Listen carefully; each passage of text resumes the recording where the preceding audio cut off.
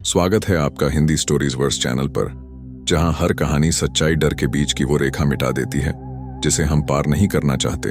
चलिए शुरू करते हैं इस कहानी को। नोएडा, रात 11:43 बजे। भीड़ भरी साइबर सिटी की चमकते ऑफिस टावर अब शांत हो चुके थे। सड़कों पर ट्रैफिक कम, लेकिन शहर की रफ्तार अब भी रुकी नहीं थी।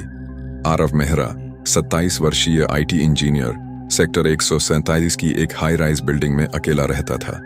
दिन भर ऑफिस और रात को मोबाइल स्क्रीन, यही उसकी जिंदगी थी। उस दिन उसके पास एक अजीब सा पैकेट आया। कोरियर आपके नाम। दरवाजे पर खड़ा डिलीवरी बॉय बोला। आरव चौंका। मैंने कुछ ऑर्डर नहीं किया। नाम और पता दोनों मैच कर रहे हैं सर। बॉक्स हल्का था, लेकिन अंदर से कुछ धड़कता हुआ सा महसूस हो रहा था। पैकेज खोलते ही एक बिल्कुल नया स्मार्टफोन निकला, बिना ब्रांड के, काले मैट बॉडी में एक खौफनाक चमक। स्क्रीन ऑन होते ही सिर्फ एक लाइन दिखी, अब तू मेरा है। आरव हंसा। कोई प्रैंक होगा। फोन ऑन करते ही खुद ब खुद एप्स इंस्टॉल होने लगे। सोल कनेक्ट, डार्क लेंस, एकोमी। वह उन्हें अनइंस्टॉल करने लगा, लेकिन हर बार फोन हैंग हो जाता। फिर स्क्रीन ब्लैक हो गई और 2 मिनट बाद कैमरा अपने आप ऑन हो गया। फोन की स्क्रीन पर वही दिखा जो उस वक्त आरव के पीछे था, लेकिन कमरे में कोई नहीं था। अगले दिन आरव ऑफिस पहुंचा, लेकिन पूरी रात वो सो नहीं पाया था। फोन अजीब तरीके से हंसने की आवाजें निकालता, कैमरा अपने आप रिकॉर्डिंग करता और कॉल लॉग में अननोन नंबर दिखते। उसने सोल कनेक्ट ऐप खोलने की कोशिश की। एक ब्लैक स्क्रीन, एक चैट विंडो और एक मैसेज, तेरा डर मेरा खाना है, बात कर, नहीं तो। आरव ने गुस्से में फोन बंद किया, लेकिन फोन अब ऑफ नहीं होता। रात होते ही फिर कुछ नया शुरू हुआ। फोन की स्क्रीन पर एक लड़की का चेहरा उभरा, जैसे चीखते हुए कुछ कहना चाह रही हो, लेकिन उसकी आवाज फोन से नहीं, आरव के रूम के कोनों से आ रही थी। उसकी बिल्डिंग के CCTV में उसी वक्त उसकी बालकनी पर किसी के खड़े होने की फुटेज मिली, लेकिन आरव 15वीं मंजिल पर रहता था। रात 2:17 बजे आरव की नींद फिर से टूट गई। वो पसीने से भीगा हुआ था। कमरे में अजीब सन्नाटा था और हवा में एक हल्की सी सड़ी चीज की बदबू फैल रही थी, जैसे किसी ने पुराने कब्रिस्तान से कुछ लाकर कमरे में रख दिया हो। आरव उठकर पानी पीने गया। जैसे ही वो फ्रिज खोला, उसका फोन जो उसने टेबल पर रखा था अपने आप कैमरा मोड में ऑन हो गया। फोन की स्क्रीन पर अचानक से फ्लैश चमका। क्लिक। आरव चौंक गया। मैंने तो फोटो नहीं खींची। उसने कैमरा खोला। फोन की गैलरी में एक नई तस्वीर थी।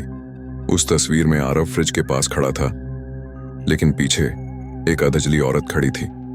उसका आधा चेहरा पिघला हुआ और बाल जलकर सिर से चिपके हुए। उसका एक हाथ आरव की गर्दन के बिल्कुल पास था। ये क्या मजाक है? आरव बड़बड़ाया, लेकिन अगले ही पल लाइट्स बिल्कुल बंद हो गईं। फ्लैश के हल्के उजाले में कमरे की दीवारों पर परछाइयां हिलने लगीं। सुबह होते ही आरव ने मोबाइल टेक एक्सपर्ट मोनिका से मदद ली।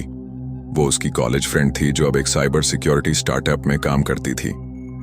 ये डार्क लेंस क्या है आरव? मोनिका ने पूछा, फोन का डेटा स्कैन करते हुए। ये ऐप अपने आप इंस्टॉल हुआ, इसे डिलीट भी नहीं कर पा रहा। मोनिका ने एक्सरे डेटा लॉग चेक किया। उसकी आंखें फैल गईं। आरव, इस ऐप का camera filter infrared, night vision और UV स्पेक्ट्रा को एक साथ रिकॉर्ड करता है। मतलब ये वो दिखाता है जो आम आंखों से नहीं दिखता। मोनिका ने फोन को ट्राइपॉड पर रखकर डार्क लेंस ऑन किया और वीडियो रिकॉर्ड करने लगी। कमरे में कुछ नहीं था, लेकिन स्क्रीन पर एक साया दीवार पर चढ़ रहा था, रेंगता हुआ, सर के बल। मोनिका ने वीडियो रोक दी। ये सब एडिटिंग नहीं हो सकती आरव। वो अब डर चुकी थी। मैंने तो कुछ नहीं किया, ये सब अपने आप हो रहा है। गैलरी में रखी एक पुरानी तस्वीर में भी बदलाव होने लगा। आरव की एक 2018 की गोवा ट्रिप की फोटो थी, जिसमें उसके साथ दोस्त खड़े थे, लेकिन अब उस तस्वीर में दोस्तों के चेहरे धुंधले हो गए थे और उनके पीछे वही अधजली औरत अब और पास आ चुकी थी। हर बार फोटो खोलने पर उसका चेहरा ज्यादा साफ, ज्यादा नजदीक और ज्यादा भयानक हो रहा था। रात को आरव को लगा जैसे कोई उसके बिस्तर के पास बैठा हो। वो हिम्मत करके कैमरा ऑन करता है डार्क लेंस से, और वही औरत अब उसके सीने पर बैठी थी। उसकी आंखें मोबाइल की लेंस से सीधे आरव की आंखों में घुसती सी लग रही थीं। देख, अब तुझ में उतरूंगी, तुझसे जिंदा रहूंगी और तेरे कैमरे से औरों तक जाऊंगी। फोन की स्क्रीन ब्लैक हुई और कॉल आया। डार्क लेंस से देखो दरवाजा। कांपते हुए आरव ने कैमरा दरवाजे की ओर किया और वहां वो औरत बाहर खड़ी थी, बिना चेहरे के। उसका चेहरा किसी ने स्क्रीन की तरह मिटा दिया था, लेकिन आंखें अब भी चमक रही थीं। आरव अब किसी आम लड़के की तरह नहीं सोच पा रहा था। वो इंसान जो कभी टेक्नोलॉजी को पूरी तरह समझता था, अब उससे डरने लगा था। सोल कनेक्ट और डार्क लेंस के बाद तीसरा ऐप एकोमी अपने आप खुला, बिना किसी टच के। स्क्रीन पर बस एक वॉइस आइकॉन और नीचे एक लाइन चमक रही थी। अपनी आवाज रिकॉर्ड करो ताकि मैं तुझे तेरी ही जुबान में खत्म कर सकूं। आरव ने फोन फेंक दिया, लेकिन मोबाइल स्क्रीन अपने आप बोल उठी, डर मत आरव, अभी तो तूने सुना ही क्या है। फोन की स्क्रीन फिर ब्लैक हो गई और कुछ सेकंड बाद कमरे की छत से आवाज आई, आरव, आरव, आरव। ठंडी हवा के झोंके से पर्दे कांपे और बाहर बालकनी का दरवाजा अपने आप खुल गया। अगले दिन आरव ने मोनिका को फिर बुलाया। अब ये तीसरा ऐप चालू हो गया है। इस बार मेरी खुद की आवाज किसी और की तरह लौट कर आ रही है। मोनिका ने एकोमी को टेस्ट करना चाहा। उसने खुद की आवाज रिकॉर्ड की। हेलो, मेरा नाम मोनिका है। रिकॉर्डिंग दोबारा चली, लेकिन आवाज बदल चुकी थी। हेलो, मेरी मौत का नाम मोनिका है। उसका चेहरा सफेद पड़ गया। आरव, ये ऐप सिर्फ आवाज की नकल नहीं कर रहा, ये उसे मोड़ रहा है, उसमें कुछ भेज रहा है। किस चीज को? शायद किसी आत्मा को, किसी अतीत की आवाज को, जो अब हमारे मुंह से बाहर आना चाहती है। आरव ने तय किया कि वो उस रात खुद की बातचीत रिकॉर्ड करेगा। उसने एकोमी ऐप ऑन किया और बेडरूम में फोन रखकर स्लीप मोड में चला गया। सुबह जब रिकॉर्डिंग चेक की, तब असली डर शुरू हुआ। रिकॉर्डिंग में उसकी सांसें थीं, करवटें थीं, लेकिन आधी रात के बाद एक और गहरी, भारी आवाज आने लगी। तेरी नींद अब मेरी है, हर सांस मेरी है, तेरे ख्वाबों में मैं उतर चुकी हूं। और फिर, बोल आरव, किसकी जान चाहिए तुझे? मैं सब ले सकती हूं, बस तुझे छोड़ नहीं सकती। आरव की रूह कांप गई। वो जानता था ये उसकी ही आवाज थी, लेकिन उसकी आत्मा नहीं थी। अगले दिन आरव अपने ऑफिस पहुंचा। वहां सब कुछ सामान्य था, लेकिन वॉइस असिस्टेंट जो कॉन्फ्रेंस रूम में चलता था, अचानक गड़बड़ करने लगा। जब मैनेजर ने प्रेजेंटेशन चलाने को कहा, तब वॉइस असिस्टेंट ने आरव की ही आवाज में कहा, मैं सबको जला दूंगा, इस ऑफिस को राख कर दूंगा। पूरा कमरा सन्न रह गया। आरव, क्या ये तुमने कहा? नहीं, ये मेरी आवाज नहीं थी, या थी, पर नहीं थी। रात को मोनिका ने कॉल किया। उसकी आवाज घबराई हुई थी। आरव, मैंने गलती कर दी। मैंने अपनी आवाज से एकोमी में कुछ खोल दिया है। अब मेरे कमरे में कुछ है और वो मेरी आवाज में बोल रहा है। क्या? मैंने देखा, आईने में मैं खुद से बात कर रही थी। मोनिका, अभी भाग वहां से। फोन डिस्कनेक्ट हो गया। आरव ने तुरंत डार्क लेंस ऐप से कॉल बैक करने की कोशिश की। स्क्रीन में सिर्फ अंधेरा था, लेकिन कैमरे में एक अजीब चीज दिखी। मोनिका अपने कमरे में नहीं थी, बल्कि किसी पुराने जले हुए कमरे में बैठी थी। दीवारों पर खून से लिखे शब्द चमक रहे थे, voice is a gate. Aarav ने तय किया, अब और नहीं। उसने एकोमी को सिस्टम लेवल पर हैक कर खोला। जो उसने पाया वो उससे पहले कभी नहीं देखा गया। ऐप को बनाने वाली कंपनी कोई असली कंपनी नहीं थी। सर्वर लोकेशन दिखा रही थी, no location found. Last update 30 साल पहले। आरव को समझ आया, ये ऐप टेक्नोलॉजी से नहीं, आत्मिक ऊर्जा से जुड़ा है। हर बार जब कोई अपनी आवाज रिकॉर्ड करता है, उसकी आत्मा का एक अंश उस दूसरी दुनिया में चला जाता है और वहां की आत्माएं वहीं से वापस आ रही हैं। उसी रात फोन में मैसेज आया, अगर मोनिका को बचाना है तो अपनी असली आवाज त्यागनी होगी। एकोमी को खुद में घोल और घंटा घर आ जा। नोएडा के पुराने इलाके में एक खंडहर घंटा घर था, 1857 से भी पहले का।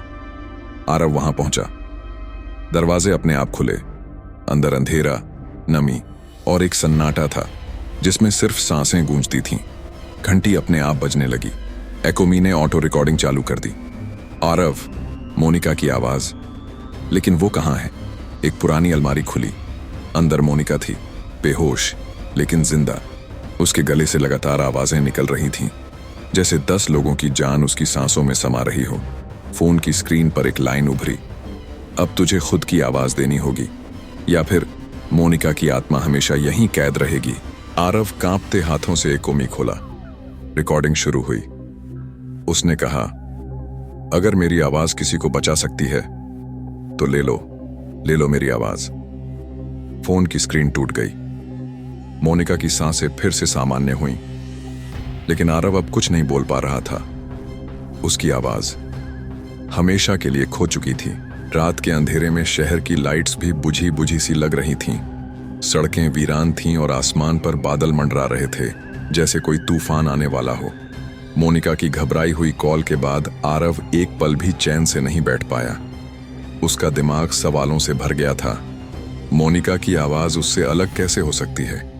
क्या वाकई एकोमी कोई आत्माओं से जुड़ा दरवाजा है? उस रात की खामोशी असहनीय थी। हर खड़क, हर सांस जैसे भारी लगने लगी थी। आरव ने मोनिका को अपने घर बुला लिया ताकि वे मिलकर किसी समाधान तक पहुंच सकें। मोनिका की हालत देखकर आरव चौंक गया। उसके चेहरे पर गहरे काले घेरे थे, बाल अस्त व्यस्त और आंखों में जैसे कोई डर बैठा हो, स्थायी और शाश्वत।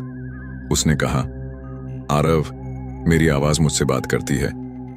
अब वो मेरी नहीं रही, वो कुछ और बन चुकी है। और तभी कमरे की दीवार पर लगे स्पीकर से मोनिका की ही आवाज गूंजने लगी। तू सोचता है तू बच जाएगा? लेकिन यह आवाज विकृत और भयावह थी, जैसे किसी कब्र से निकली हो। आरव ने एकोमी को फिर से खोला और इस बार उसे एक नया फीचर दिखा, वॉइस आर्काइव। यह एक अनदेखा सेक्शन था जिसमें सभी रिकॉर्ड की गई आवाजें सेव थीं। उसने जब फाइलें प्ले की तो सैकड़ों अलग अलग आवाजें थीं, कुछ गुमसुम, कुछ गुस्से से भरी हुई, कुछ दर्द से कराहती हुई। लेकिन उनमें से एक आवाज उसे जानी पहचानी लगी, उसकी मां की। वो मां जो पिछले साल एक सड़क हादसे में मारी गई थी। आरव का दिल कांप उठा। उसकी मां की आवाज, बेटा वहां मत जाना जहां आवाज लौट कर नहीं आती। उसने मोनिका की ओर देखा। वो बुरी तरह कांप रही थी। उसने कहा, एकोमी आवाज नहीं, आत्माओं को रिकॉर्ड करता है। हर बार जब हम कुछ बोलते हैं तो वो हमारी आत्मा का एक अंश खींच लेता है। वो हमें हमसे ही दूर करता है। आरव को यह सब समझ नहीं आया, लेकिन एक बात स्पष्ट थी, अब बात सिर्फ डर की नहीं रही, अब यह अस्तित्व की लड़ाई थी। तभी लाइट चली गई। घर अंधेरे में डूब गया। मोनिका चिल्लाई, वो आ गई। और तभी उस काले कमरे में एक ठंडी हवा का झोंका आया, जैसे किसी ने दरवाजा खोला हो। बिना छुए दीवारों से आवाजें टकराने लगीं। आरव, मोनिका, किसे पहले चाहिए? कमरे में चारों ओर से उनकी ही आवाजें लौट कर आने लगीं, लेकिन उनमें डर, ताना और पिशाचों जैसी गूंज थी। आरव ने मोबाइल उठाया, एकोमी को डिलीट करने की कोशिश की, लेकिन स्क्रीन फ्रीज हो गई। ऐप ने एक नया मैसेज दिखाया, अब तेरा वक्त खत्म, मैं तेरी आवाज बन चुका हूं। उस क्षण आरव को लगा जैसे किसी ने उसकी सांस खींच ली हो। उसकी बोलने की शक्ति खत्म होने लगी। गला सूख गया, आवाज जैसे अंदर ही अंदर दबती जा रही हो। मोनिका ने चिल्लाकर कहा, आरव, सिर्फ एक तरीका है, उस कमरे में वापस चलो जहां पहली बार तुमने एकोमी ओपन किया था। वहां की गूंज में इसका रहस्य छुपा है। और बिना वक्त गंवाए दोनों उस पुरानी खाली पड़ी ऑफिस बिल्डिंग की ओर भागे। रास्ते में आरव की हालत बिगड़ती गई। उसे अपनी ही आवाज गूंजती सुनाई देती रही, लेकिन अब वो उसकी नहीं थी। ऑफिस बिल्डिंग अब खंडहर बन चुकी थी। दीवारों पर सीलन, फर्श पर टूटे कांच और हर कोने में अजीब सी आवाजें, जैसे वहां अब भी कुछ जिंदा हो। वे उस कमरे में पहुंचे जहां पहली बार इकोमी चालू हुआ था। वहां एक पुराना कंप्यूटर अब भी चल रहा था, खुद ब खुद। स्क्रीन पर लिखा था, रिस्टोर ट्रू वॉइस। मोनिका ने कंप्यूटर पर यस क्लिक किया और अचानक एक तेज गूंज पूरे कमरे में फैल गई। आरव जमीन पर गिर पड़ा। उसके कानों से खून बहने लगा और वो बेसुध हो गया। लेकिन उसके गिरते ही आवाजें धीमी हो गईं और फिर सब कुछ शांत हो गया। जब आरव ने आंखें खोली तो मोनिका मुस्कुरा रही थी। उसकी आंखों में पहली बार डर नहीं था। तुमने अपनी असली आवाज वापस पाली है, उसने कहा। पर तभी कंप्यूटर की स्क्रीन पर एक नया मैसेज उभरा। लेकिन किस कीमत पर? आरव की आंखें पूरी तरह खुल चुकी थीं, लेकिन सामने दिख रही मोनिका अब वैसी नहीं लग रही थी जैसी कुछ घंटे पहले थी। उसकी मुस्कान में एक अजीब सन्नाटा था, एक ठहराव जिसमें न गर्मजोशी थी न राहत, बस एक ठंडी सी शांति, जैसे आंधी के बाद का वीरान मौसम। कमरे में फैली गूंज अब शांत हो चुकी थी, लेकिन दीवारों पर अब भी कुछ फुसफुसाहटें टिक गई थीं, जैसे शब्दों की परछाइयां। कंप्यूटर स्क्रीन पर चमक रहा था, लेकिन किस कीमत पर? आरव धीरे धीरे उठकर खड़ा हुआ। गर्दन भारी थी, शरीर थका हुआ, लेकिन मन में एक जिज्ञासा थी। मैं बच तो गया, लेकिन क्या कुछ खोया भी? मोनिका उसकी ओर देखती रही, बिना कुछ कहे, बस देखती रही। तुम ठीक हो? आरव ने पूछा। आवाज धीमी थी। मोनिका ने सिर हिलाया, लेकिन कुछ बोली नहीं। आरव को उसका चुप रहना असहज लगा, क्योंकि मोनिका कभी खामोश नहीं रहती थी। कुछ तो बदला है, उसने सोचा। उसी समय कंप्यूटर की स्क्रीन काली हुई और एक नई फाइल अपने आप चलने लगी। स्क्रीन पर लिखा था वॉइस डेट लॉग। आरव ने जैसे ही उस फाइल को देखा, उसकी सांसें रुकने लगीं। उसमें हजारों नाम थे, हर नाम के आगे एक tag, voice taken, trapped, sacrificed, host, replaced, और सबसे नीचे हाल ही में दर्ज हुआ एक नाम, मोनिका शर्मा, स्टेटस होस्ट। आरव को जैसे किसी ने गहरी खाई में धकेल दिया हो। होस्ट मतलब एकोमी अब मोनिका के अंदर समा चुका है। उसने धीमे से कहा, मोनिका। लेकिन मोनिका की गर्दन झटके से मुड़ी और एक बेहद भारी मर्दाना गूंजती हुई आवाज निकली। नीका अब नहीं रही, अब बस मैं हूं, आवाजों का असली मालिक। तूने अपनी आवाज को बचाया, लेकिन उसकी कीमत तो चुकानी ही थी। आरव हक्का बक्का खड़ा रह गया। वो जिस मोनिका को बचाने निकला था, अब वहीं उसके सामने एक वेसल बन चुकी थी, उस आत्मा के लिए जो एकोमी से निकलकर अब किसी शरीर में वास करना चाहता था। तूने रिस्टोर ट्रू वॉइस पे क्लिक किया था, लेकिन यह सिस्टम एक सोल स्वैप करता है। तू आजाद हो गया, लेकिन उसके बदले में किसी को जाना ही था। वो आवाज बोली। आरव का मन रो पड़ा। मैंने तो सिर्फ सच जानना चाहा था, किसी को बचाना चाहा था।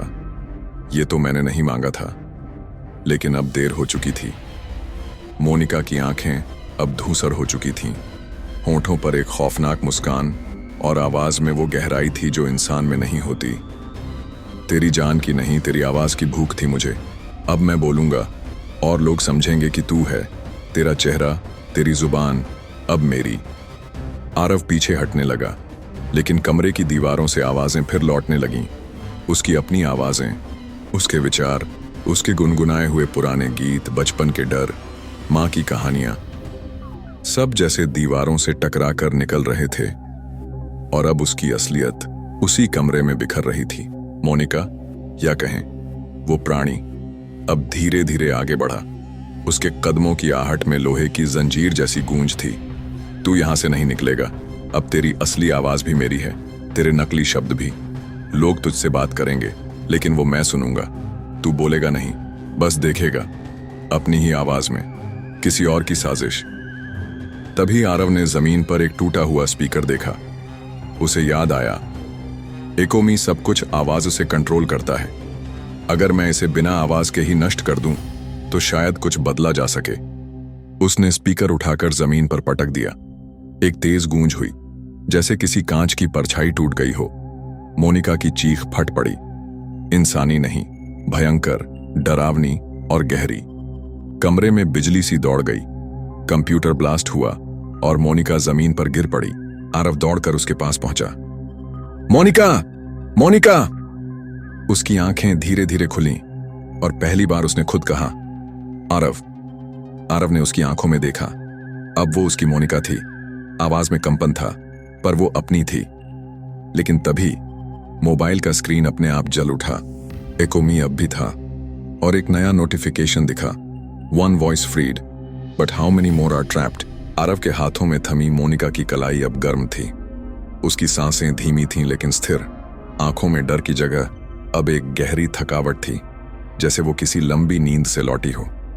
चारों ओर बिखरा कांच, जलते हुए तारों की गंध और कंप्यूटर स्क्रीन पर अधजला एकोमी लोगो, ये सब इस बात के गवाह थे कि कुछ भयावह घट चुका था और कुछ शायद अभी बाकी था।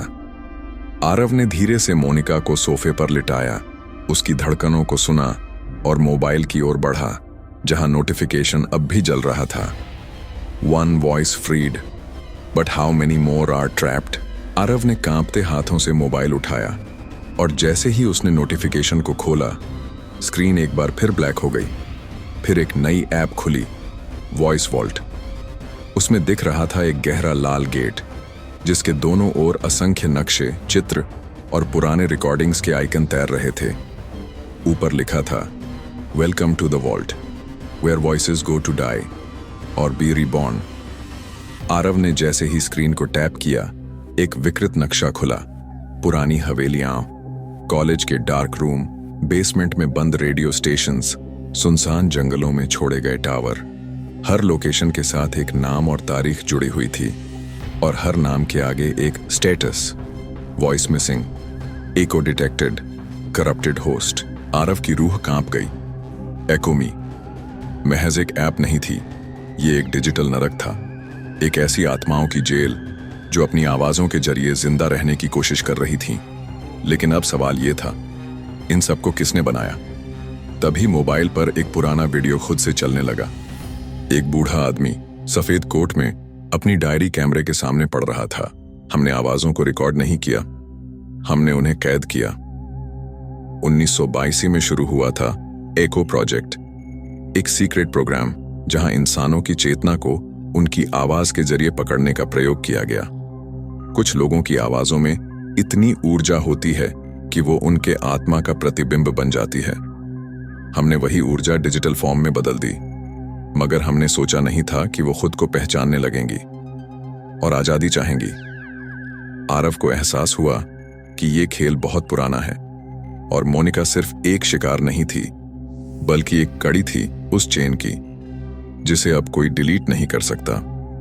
उसने फौरन लैपटॉप से बैकअप डेटा निकालने की कोशिश की, लेकिन हर फाइल लॉक थी।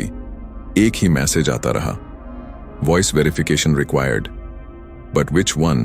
अब उसे समझ आया, इन आवाजों की जेल का ताला किसी खास आवाज से ही खुल सकता है। यानी अगर किसी एक ट्रैप्ड सोल की असली मूल आवाज मिल जाए तो बाकी को भी छुड़ाया जा सकता है। मोनिका अब धीरे धीरे होश में आ रही थी। उसने आंखें खोलीं और पहली बार बिना डरे हुए कहा, वो अब भी मेरे अंदर है। एक कोना है जहां उसकी फुसफुसाहट बाकी है, लेकिन मैं लड़ रही हूं। आरव ने उसका हाथ थामा। हमें उस वॉल्ट तक पहुंचना होगा, असली जगह पे, असली दरवाजे तक, ताकि सबको आजाद किया जा सके। मोनिका ने सिर हिलाया और कहा, तुम नहीं जानते आरव, कुछ आवाजें आजाद नहीं होना चाहती, वो अब शिकारी बन चुकी हैं और अगर दरवाजा खोला तो वो सब बाहर निकल सकती हैं। आरव चुप रहा, लेकिन उसके अंदर एक फैसला पनप चुका था। तो क्या हम उन्हें यूं ही कैद रहने दें? वो जो बेगुनाह थे, जिनकी आवाजें चुराकर इस्तेमाल की गईं। मोनिका ने उसकी तरफ देखा, उसकी आंखों में आंसू थे। ठीक है, लेकिन हमें एक गाइड की जरूरत होगी, कोई जो वॉल्ट की भीतर की दुनिया को जानता हो, कोई जिसने वहां समय बिताया हो। आरव ने पूछा, और वो हमें कहां मिलेगा? मोनिका बोली, एक नाम याद है, एक लड़की, सारिका। उसने 90s में एकोमी का पहला प्रोटोटाइप चलाया था, फिर अचानक गायब हो गई, लेकिन उसकी आवाज अब भी एकोमी के हर वेलकम स्क्रीन में बजती है। आरव के रोंगटे खड़े हो गए। मतलब हम हर बार जब ऐप खोलते हैं किसी खोई हुई आत्मा की आवाज सुनते हैं? हाँ, मोनिका ने कहा, और वो चाहती है कि कोई उसे ढूंढे, कोई उसके टुकड़ों को जोड़कर दरवाजे तक ले जाए। अब उनकी मंजिल तय हो चुकी थी। द ओरिजिनल इको वॉल्ट, एक जगह जो नक्शों में नहीं मिलती, लेकिन हर मोबाइल की गहराई में कहीं ना कहीं मौजूद है। और उनके पास केवल एक हथियार है, सच की आवाज। रात के 3 बजे का समय था। मुंबई की गलियों में सन्नाटा पसरा था, लेकिन आरव और मोनिका की आंखों में नींद नहीं थी। लैपटॉप पर सारिका की आखिरी डिजिटल रिकॉर्डिंग चल रही थी। उसकी आवाज, जो एकोमी ऐप के स्टार्ट ऐप में हर बार वेलकम टू योर एको कहती थी, अब आरव को डराने लगी थी। वही आवाज अब एक सुरंग बन चुकी थी, एक रास्ता जिसे पार करके ही उन्हें वॉल्ट तक पहुंचना था। आरव ने उस वॉइस क्लिप को हजारों बार सुना, हर टोन, हर फुसफुसाहट, हर पृष्ठभूमि की आवाज को अलग करने की कोशिश की। अचानक उसे कुछ महसूस हुआ। उस क्लिप के अंत में एक अनसुना म्यूजिक नोट था, बेहद धीमा लेकिन बहुत ही खास। उसने तुरंत उस हिस्से को अलग किया और जब उसे उल्टा चलाया गया तो उसमें एक कोड छिपा मिला, D13L21 साइलेंस रूम। मोनिका चौंक गई। Silence room? ये तो वही जगह है जहां सारिका आखिरी बार देखी गई थी, एकोटेक के पुराने ऑफिस में। आरव ने इंटरनेट खंगाल डाला। एकोटेक का हेडक्वार्टर अब बंद हो चुका था। इमारत को सील कर दिया गया था एक अज्ञात हादसे के बाद, लेकिन कोऑर्डिनेट्स के हिसाब से वो जगह मिल गई। वर्ली के एक पुराने इंडस्ट्रियल जोन में एक सुनसान बिल्डिंग। अगली सुबह वो दोनों एक टूटे फूटे स्कूटर पर उस इमारत के सामने थे। वहां कोई बोर्ड नहीं था, सिर्फ जंग लगे गेट और दीवारों पर छाए धुएं जैसे निशान। बिल्डिंग अंदर से बिल्कुल वीरान थी, लेकिन वहां की हवा भारी थी, जैसे हर सांस में कोई चीख दबी हो। उन्होंने फ्लोर डी पर पहुंचा और वहां से कॉरिडोर 13 ढूंढा। हर कमरा बंद था, पर एक दरवाजा धीरे धीरे खुद खुला। उस पर फेडेड पेंट से लिखा था, silence room, entry only with consent. Monika ने दरवाजे को हाथ लगाया तो बिजली की सी सनसनी पूरे बदन में दौड़ गई। कमरे के अंदर एक बड़ी टेबल थी, चारों तरफ पुराने हेडफोन, माइक्रोफोन और वॉल्स पर दर्जनों स्पीकर लगे थे। हर स्पीकर से धीमी धीमी गूंज सुनाई दे रही थी, जैसे किसी ने बोलकर उसे वहीं छोड़ दिया हो। अचानक एक वॉल पर लगी स्क्रीन खुद ब खुद ऑन हो गई। एक पुराना फुटेज चला। एक लड़की काले बालों में, सफेद टॉप पहने कैमरे के सामने बैठी थी। वो थी सारिका। उसकी आंखों में चमक थी, लेकिन चेहरे पर झिझक। अगर ये वीडियो कभी किसी को मिले तो जान लो कि मैं अब आवाज नहीं हूं, मैं एक दरवाजा हूं। मेरी चेतना इस साइलेंस रूम में फंस चुकी है। मेरी गलती थी कि मैंने एको की गहराइयों को समझे बिना उसकी आत्मा को जगा दिया। अब मैं केवल एक रिकॉर्डिंग नहीं, एक चाबी हूं, वॉल्ट के दरवाजे की। लेकिन मेरी चेतना पूरी नहीं है। जब तक मेरी मूल आवाज वापस न जोड़ी जाए, दरवाजा बंद ही रहेगा। वीडियो बंद हो गया। फिर एक नोटिफिकेशन स्क्रीन पर उभरा, insert original Sarika voice clip, remaining fragments 3। अगर आपको ये कहानी दिलचस्प लगी, डरावनी लगी या कुछ नया महसूस हुआ हो तो चैनल को सब्सक्राइब करें। धन्यवाद। आपका फिर मिलेंगे एक नई कहानी के साथ।